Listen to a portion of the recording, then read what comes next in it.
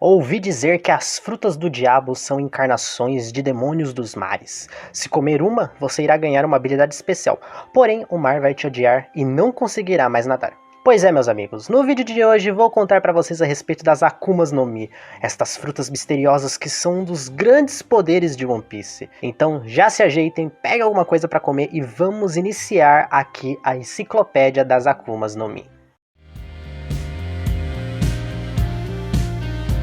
Vamos lá, as Akumas no Mi, ou as frutas do diabo na tradução livre, são frutas encontradas por todo o mundo de One Piece, que, quando consumidas, alteram o seu fator linhagem, o DNA, no mundo de One Piece, fornecendo ao indivíduo habilidades especiais dependendo do tipo de fruta que foi comida. Existem mais de 100 frutas do diabo diferentes, porém cada uma é única, não existindo duas frutas iguais, no máximo poderes assim similares.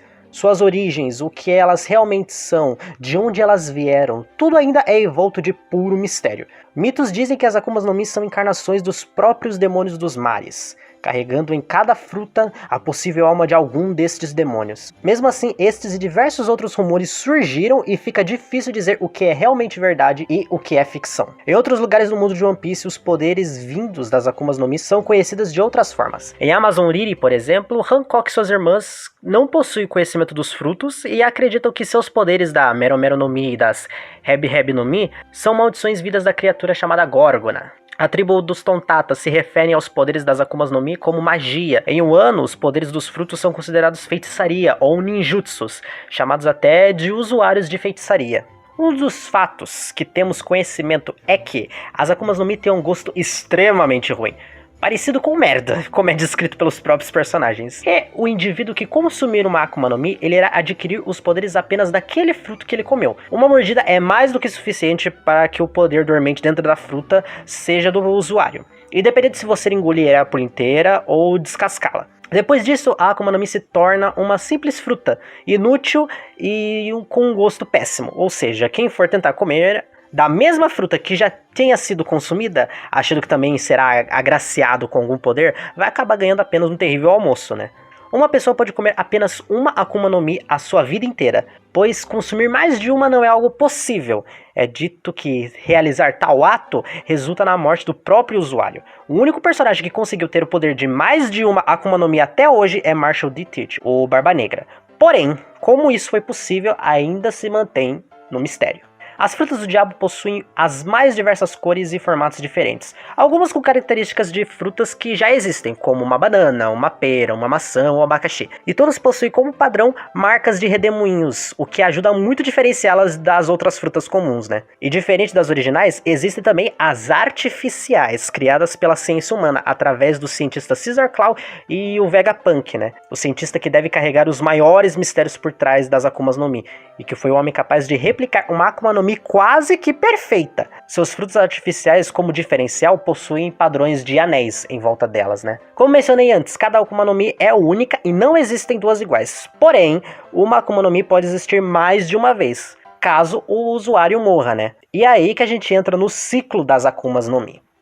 O ciclo de uma Akuma no Mi é bem simples. A fruta existe, um indivíduo consome, adquire o poder, e depois, quando ele morre, a fruta reencarna em alguma outra fruta mais próxima, aparentemente, Um bom exemplo que presenciamos é quando o Smiley, o monstro do Caesar, não confundir com o Smiley, tá? Que são as frutas artificiais. Smiley, com Y no final. Enfim, Smiley, o monstro do Caesar, Depois que ele morre lá em Punk Hazard, a sua Akuma no Mi reencarna em uma das maçãs que estavam mais próximas ali da ilha. O que ainda deixa um mistério é saber como o Barba Negra conseguiu a fruta do diabo do Newgate, ou Barba Branca, sem que a fruta renascesse.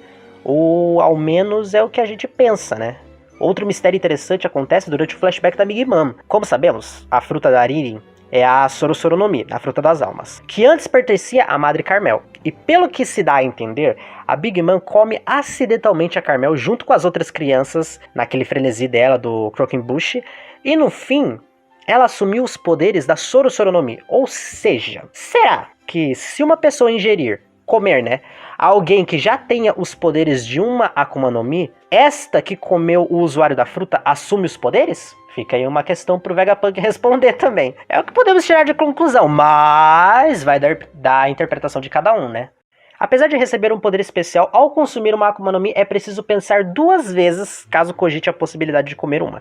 Afinal, como eu disse anteriormente, o mar será sempre o seu maior inimigo, ainda mais se você viver em um mundo cercado por ele, né? Um usuário de Akuma no Mi fica incapacitado de usar seus poderes e força enquanto estiver em contato com a água, e suscetíveis a todos os tipos de água, não apenas água do mar. Isso inclui também o mar branco de Skypiea. Entretanto, a água que está em constante movimento, como água da chuva, chuveiro ou ondas, não enfraquece os usuários. Enquanto que realmente água parada, que não esteja se movimentando, como o próprio mar, rios ou água de uma banheira, os enfraquece.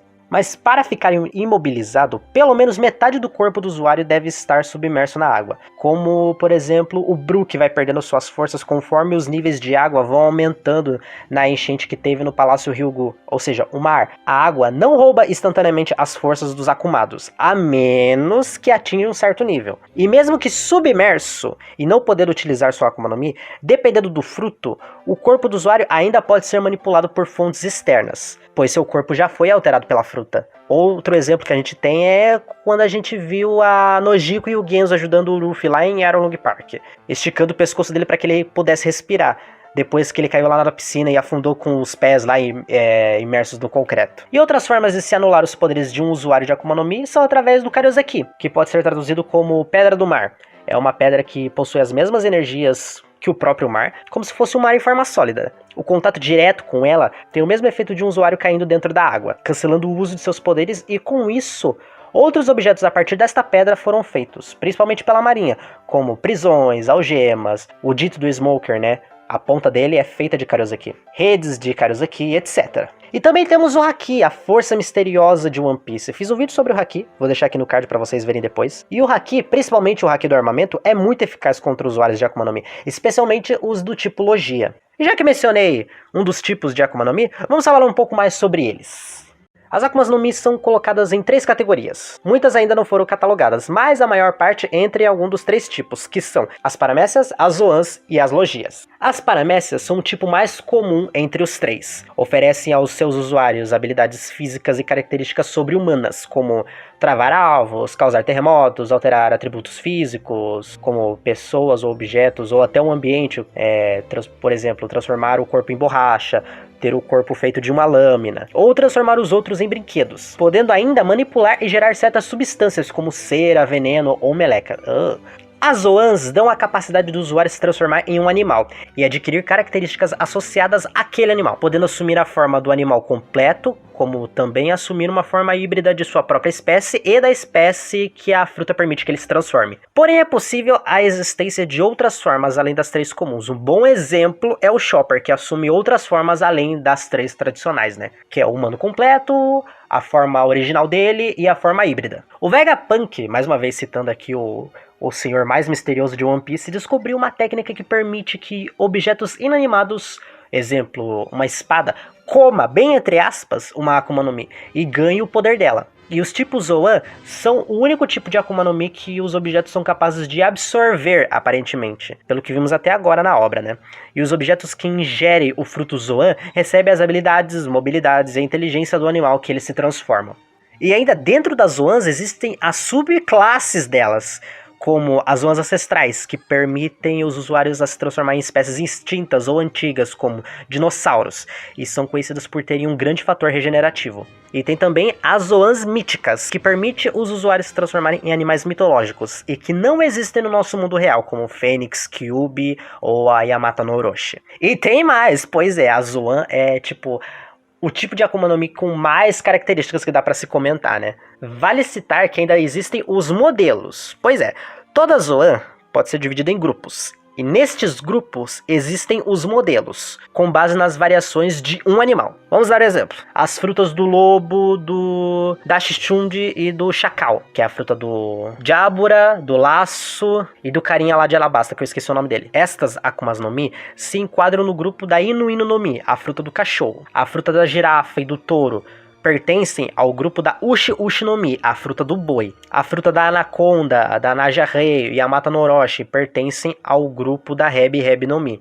a fruta da serpente. Espero que eu tenha me expressado e explicado bem nessa parte. E por fim temos as Logias, o tipo de Akuma no Mi que oferece ao usuário a capacidade de se transformar, criar e controlar um elemento natural, seja ele sólido como areia, líquido como a lama, gasoso como a fumaça ou gás, energia como a luz ou relâmpago, até conceitos mais abstratos como escuridão, o que pode torná-los efetivamente intangíveis, permitindo que ataques físicos não os afetem. Claro, se os adversários não souberem usar Haki também, né? A única fruta que não deixa o usuário intangível é Yami Yami no Mi, a fruta da escuridão. Não se sabe o porquê, porém é a única fruta capaz de anular os poderes de outros frutos com o seu próprio toque. E os mistérios a respeito deles só crescem, né? Depois de se consumir uma Akuma no Mi, o usuário não sai por aí usando seus poderes de uma forma perfeita e à torta direito. Eles devem treinar para usá-los de uma maneira mais efetiva.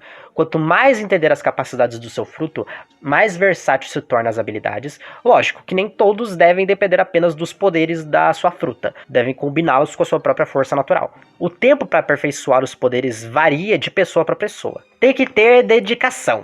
O Luffy, por exemplo, levou alguns anos de treino com sua fruta. O Brook demorou 50 anos para entender realmente o potencial da fruta dele. E os usuários que são capazes de dominarem as suas frutas por completo, eventualmente eles podem despertá-la. Sim, agora a gente entra no despertar das Akumas no Mi. As habilidades das Akumas no Mi possuem um estágio completamente diferente para eles, o chamado de despertar. Em casos raros, uma habilidade pode ser despertada. Frases do próprio Don Quixote do Flamengo, durante o arco de Dressrosa. Quando os poderes de uma Akuma no Mi despertam, aumenta significativamente as habilidades do usuário. Detalhes de como um fruto desperta ainda são desconhecidos, mas pelo que acompanhamos, cada fruta e seus tipos possuem efeitos diferentes quando se tem a fruta desperta, assim como novas habilidades, né? Para os Zoans, o despertar concede aos usuários um ganho maior de força física, velocidade e na sua durabilidade, contribuindo também para uma taxa maior de recuperação. De acordo com o próprio Crocodile, as bestas carcereiras lá de Impel Down, o Minotauros, o Minozebra, Minokoala e Minorrinoceros, pelo que aparenta, esses usuários são usuários de Zoans despertas. Porém, não possui sinais de pensamentos complexos, agindo mais por instinto e por poder, sem sabermos se é uma escolha consciente ou não. Então a gente ainda tem que ver um pouquinho mais de como é o despertar realmente de uma Zoan. Para as paramécias, o despertar vai permitir que o usuário altere o ambiente ao seu redor, como transformar materiais inorgânicos para combinar com as propriedades do seu fruto, trazendo uma extensão muito maior dos seus poderes. Lógico também que vai depender da fruta que ele utiliza. A Ito no Mi do Flamengo é uma Akuma no Mi desperta, transformando os prédios de Dressrosa em fios e os manipulando de diversas formas. A Moshi Moshi no Mi do Katakuri também é uma Akuma no Mi desperta. Foi capaz de manipular o ambiente do mundo dos espelhos, transformando em Moshi na sua luta contra o Luffy, e ele usou também isso para imobilizá-lo. Outro bom exemplo, porém não é canônico, é a Akuma no Mi do Gyu do Tesouro, a Gorogoro no Mi, que o permitiu que criasse toda uma rede sensorial com todo o ouro que ele tocou, assim o fazendo detectar todo e qualquer movimento que estiver dentro da sua cidade de ouro, mostrando que cada paramécia, se despertada, pode trazer um efeito diferente para o poder adquirido. E o uso desse efeito vai depender do próprio usuário, o que nos faz imaginar como seria o despertar da Gomu Gomu no Mi. Fica aí pra gente pensar. E as frutas do tipo Logia são o único tipo do qual ainda não vimos despertadas, pelo menos até o presente momento. Ou podem existir, mas ainda não foram mencionados. Há teorias que dizem, e que eu acredito muito, é que a Suna Suna do Mi, a fruta da areia, seja uma Akuma no Mi desperta, por conta do Crocodile sentir os movimentos na areia, assim como manipular o clima de toda uma região, como ele fez com o Alabasta, né? E na luta contra o Aokiji e o Akainu, que foi tão intensa, os dois foram capazes de alterar todo o clima da ilha de Punk Hazard, criando metade de um ambiente em um frio extremo e a outra metade da ilha em um inferno escaldante. Então, possivelmente, as Logias se despertadas podem não apenas manipular os ambientes, mas podem ser capazes também de afetar o clima de uma região, o que faz todo sentido, já que os usuários de uma Logia se tornam um elemento natural específico. Mas lógico, tudo isso é na base do campo teórico e por enquanto é nada confirmado. Mas bom, galera, esse foi o primeiro vídeo da Enciclopédia das Akumas no Mi. Digam aí o que vocês acharam, curtam, compartilhem o vídeo e se inscrevam no canal que vocês vão me ajudar pra caramba. E logo mais quero trazer mais vídeos a respeito da Enciclopédia das Akumas no Mi, falando de cada fruta especificamente, seus usuários, seus antigos usuários, o tipo que ela é, etc. No mais, fico por aqui. Muito obrigado se você assistiu até aqui. Um beijão para todos, um abração, se cuidem e nos vemos no próximo vídeo.